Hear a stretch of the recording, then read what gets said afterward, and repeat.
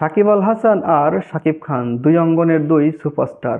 বর্তমান পরিপ্রেক্ষিতে একজনের উচ্চতা সকলের উপরে আর একজনের উচ্চতা সকলের নিচে। হ্যাঁ, কিভাবে সেটা বলছি আপনাদেরকে।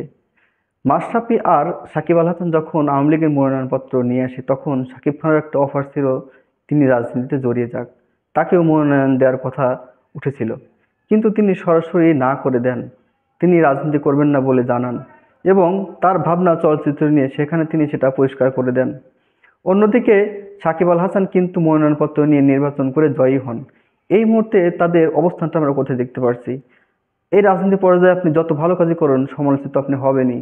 যে সমালোচিত হচ্ছে সাকিব আল হাসান, নিজের দেশের হয়ে লড়তে পারছেন না, এতে তার কতটুকু কষ্ট হচ্ছে সেটা আর না বললেই নয়।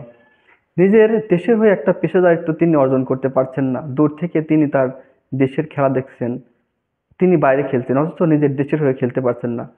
কোনো কারণবশত তিনি দেশেও আসতে পারছেন না। এর চাইতে হতবাগা একটা সুপারস্টার আর কি হতে পারে, যে ব্যক্তিটি বারবার তিন ফরম্যাটে নাম্বার ওয়ান থাকার পরেও আজকে তার এই অবস্থান, শুধুমাত্র তার রাজনৈতিক ফলাফলের পরিপ্রেক্ষিতেই। আর এখানে পুরোপুরি ভিন্ন কিন্তু শাকিব খান। তিনি তার পেশা কি চলচ্চিত্র, চলচ্চিত্র নিয়েই কিন্তু তিনি সারাদিন থাকেন, সারা দিন রাত থাকেন। সেখানে তিনি সবকিছু তার চিন্তাভাবনার মধ্যে রাখেন। যদি তিনিও রাজনীতিতে যোগদান করতেন তাহলে তার অবস্থানটা যে নিচে নামতো এটা কিন্তু আমরা বলতেই পারি।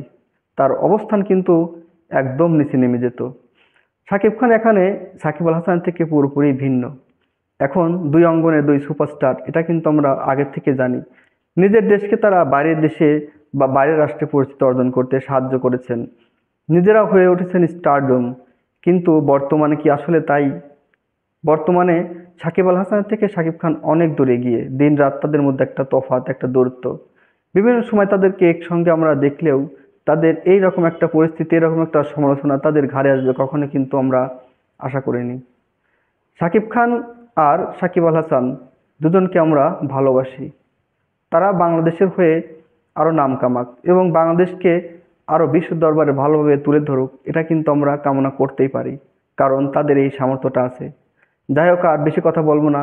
তাদের সামনের দিনগুলো আরও ভালো কাটুক এবং সুন্দর হোক তাদের আগামী পথ চলা, সে শুভকামনায় তাদের পক্ষে আমি বলে দিচ্ছি। ধন্যবাদ সবাইকে।